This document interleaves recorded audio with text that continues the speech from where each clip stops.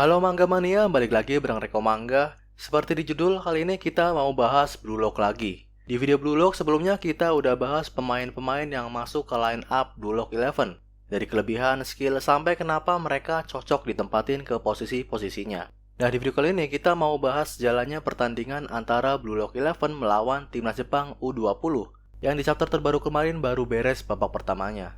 Nah, di babak pertama ini udah banyak banget hal-hal seru dan momen-momen hype yang ditampilin baik dari pemain Blue Lock maupun pemain Timnas U20. Apa aja itu, langsung aja kita mulai. Oke, pembahasan kita mulai tepat di chapter 113 saat fluid kick-off dimulai. Disinilah kita dijelasin strategi menyerang dari tim Blue Lock, di mana formasi yang awalnya 4-5-1 bakal bertransisi ke 3-6-1 saat menyerang. Detailnya yaitu Karasu bakal mundur ke belakang dan bertahan bareng Nico dan Aryu, sementara dua back sayap yaitu Bachira dan Chigiri bakal maju ke tengah buat bantu serangan. Nah, di sini berarti bakal ada 6 pemain yang melakukan serangan kombinasi di belakang ring. Serangan pertama Blue Lock dimulai dari sisi kiri lapangan yaitu lewat Bachira. Dengan gocekan cantik khasnya, Bachira berhasil melewati gelandang bertahan Timnas U20. Sampai akhirnya dia sanggup mengirim umpan silang ke depan, tepatnya ke Isagi yang dengan cerdik berhasil berlari ke sisi kosong pertahanan lawan. Tapi secara sigap dan mengejutkan, bek sekaligus kapten Timnas U20, Oliver Aiko, tiba-tiba muncul di depan Isagi dan berhasil memotong umpan silang Bachira. Aksi Aiko ini seakan jadi sinyal peringatan buat para striker Blue Lock. Kalau backpack yang sedang mereka lawan ini beda dari backpack yang pernah mereka temui sebelumnya, baik dari segi fisik maupun skill. Bahkan Aiko sendiri udah pernah ditawari buat main di Serie A atau Liga Italia. Blue Lock pun mencoba melakukan serangan kedua mereka lewat Otoya dan Yukimiya. Tapi ternyata nggak cuma Aiko, ketiga bek lain dari Timnas U20 juga sanggup membayangi para striker Blue Lock dengan baik dan berhasil mencegah serangan demi serangan masuk ke kotak penalti. Hasilnya lewat kerjasama yang apik, bek Timnas U20 berhasil mencuri bola dari kaki Nagi dan dikirimlah bola itu ke Itoshi Sae. Sae pun menggiring bola dan memulai serangan pertama Timnas U20. Setelah melakukan beberapa umpan 1-2 dengan rekan timnya, Sae berhasil mengecoh Nico dan Chigiri. Sae yang awalnya terlihat bakal menendang bola langsung ternyata melakukan umpan chip ke striker utama Timnas U20 yaitu Shindo. Shindo pun dengan bebas menendang bola ke gawang, tapi sayang, Gagamaru dengan refleks supernya sanggup menepis bola. Sae pun berlari ke arah bola muntahan kiper dan di sudut sempit yang bisa dibilang mustahil buat mencetak gol, Sae melesakkan tendangan keras dengan kaki kirinya dan berhasil membobol gawang Gagamaru. Sae seakan menunjukkan kalau level permainannya berbeda jauh dari pemain lain di lapangan. Di sini kita juga diperlihatkan bagaimana kualitas striker utama Timnas U20, yaitu Shindo, yang jauh di bawah standar yang diinginkan Sae. Setelah gol pertama ini, Ego menjelaskan kalau alasan kenapa para pemain Blue Lock seakan tampil kurang lepas dan berbeda dari penampilan mereka waktu latihan adalah karena adanya tekanan atau stres. Dan satu-satunya cara agar para pemain bisa mengatasi stres ini adalah dengan melakukan improvisasi permainan, mengandalkan keegoisan mereka. Blue Lock pun kembali melancarkan serangan yang kali ini datang dari kombinasi Isagi dan Rin. Dengan umpan 1-2 yang cepat, mereka berhasil memancing kedua gelandang bertahan Timnas U20 keluar dari posisinya. Bola pun diumpan ke Bachira, sementara Isagi dan Rin berlari sendiri-sendiri mencari ruang yang kosong. Pergerakan keduanya ini sempat bikin bingung bek lawan. Bachira pun dengan sigap mengirim umpan jauh ke depan, yaitu ke arah Rin yang berhasil lolos tanpa penjagaan. Dari sini diperlihatkan gimana keegoisan Rin membuahkan peluang. Rin bahkan mencoba buat mereka ulang gol kakaknya Sae, yaitu dengan menendang dari sudut sempit. Tapi tendangan kaki kiri Rin berhasil ditepis kiper dan hanya mengenai tiang. Beruntung bola muntah jatuh ke kaki Yukimiya. Dan Yukimiya yang ahli dalam situasi one-on-one berhasil mengecoh bek lawan. Berkat Isagi yang bergerak di sampingnya dan memancing bek lawan buat bereaksi, Yukimiya sanggup menendang bola ke pojok gawang lawan. Tapi lagi-lagi Aiko dengan sigap menepis bola dengan kakinya. Serangan Blue Lock nggak berhenti di situ. Kali ini giliran Otoya yang dengan cerdik menyusup ke kotak penalti dan menyambar bola liar yang dibuang Aiko. Dan buat yang ketiga kalinya, peluang dari Blue Lock berhasil dibentahkan, yang kali ini lewat kepala Nio. Bola pun mental keluar kotak penalti, dan di sana sudah ada Nagi yang sedang dikawal oleh dua gelandang bertahan Timnas U20. Tapi dengan keahliannya dalam menerima bola, Nagi sanggup mengecoh mereka. Nagi berpura-pura akan menendang bola yang akan datang dan dengan skill cantiknya, dia memantulkan bola ke belakang, memutar badan dan melakukan tendangan voli super indah dengan keras. Bola pun gagal dihalau kiper lawan dan gol. Setelah berkali-kali melakukan percobaan shoot, akhirnya Blue Lock berhasil menyamakan kedudukan.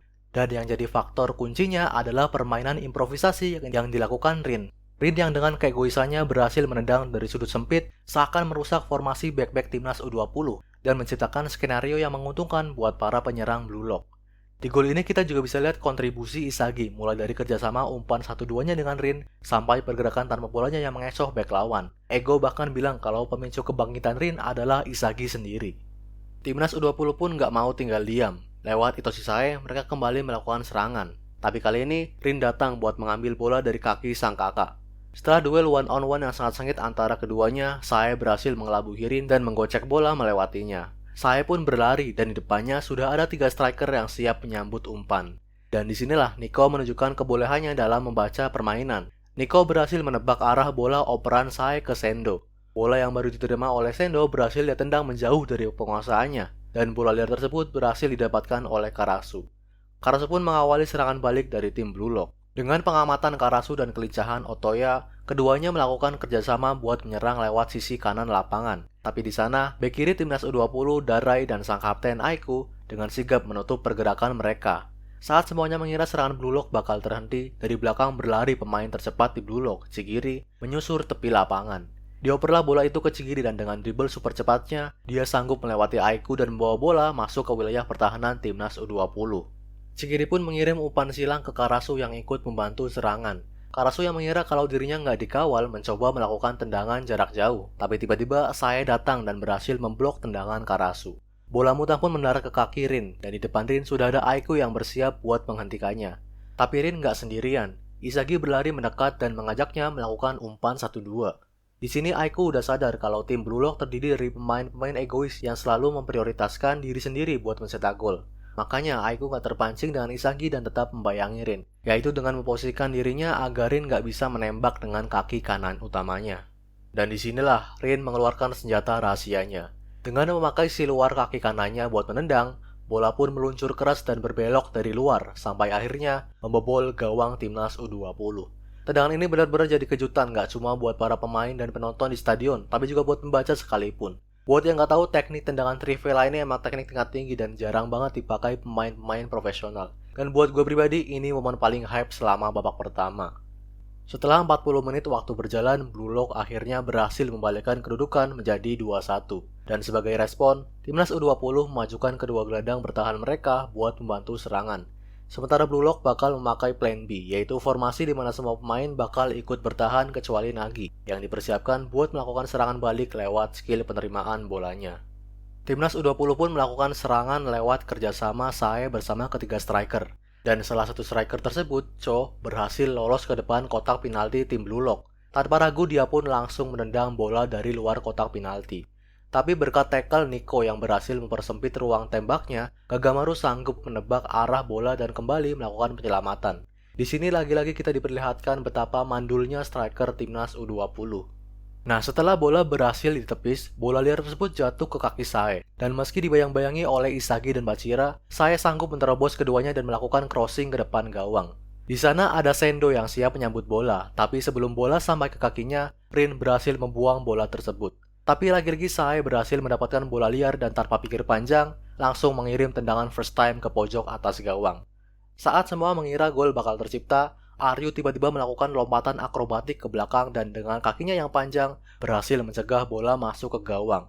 Dan peluit akhir babak pertama pun berbunyi. Artinya Blue Lock 11 berhasil unggul di babak pertama. Itu dia jalannya babak pertama Blue Lock 11 melawan timnas U20. Buat pertandingan bola pertama yang diadakan di stadion asli dan bukan di lapangan indoor kayak sebelum-sebelumnya, pertandingan ini bisa dibilang seru, dan jujur gue nggak sabar buat lihat babak keduanya. Satu-satunya komplain dari gue mungkin soal waktu. Di pertandingan ini tuh 45 menit terasa sebentar banget, padahal nggak banyak peluang yang terjadi juga. Jadi semoga di babak kedua bakal lebih banyak aksi-aksi yang diliatin. Buat prediksi babak kedua, kemungkinan besar timnas U20 akhirnya bakal mainin Shido. Dan kita bisa nantikan entah kombinasi seperti apa yang bakal saya perlihatkan saat main bareng striker pilihannya. Terus buat kubu Blue Lock, gue paling gak sabar buat lihat aksi Baro yang semoga bakal dapat jatah menit main. Peran Isagi juga bakal menarik buat kita tunggu. Entah apa dia bakal terus jadi bayangan Rin atau nanti bakal dapat spotlight sendiri. Moga sih yang kedua ya. Oke, segini aja bahasan babak pertama Blue Lock 11 melawan timnas U20. Kalau kalian punya tambahan atau pendapat lain, silahkan tulis di kolom komentar. Like dan share kalau kalian suka, nantikan rekomendasi review dan pembahasan manga lain dari Rekomanga. Jangan lupa subscribe, selamat baca, dan sampai jumpa.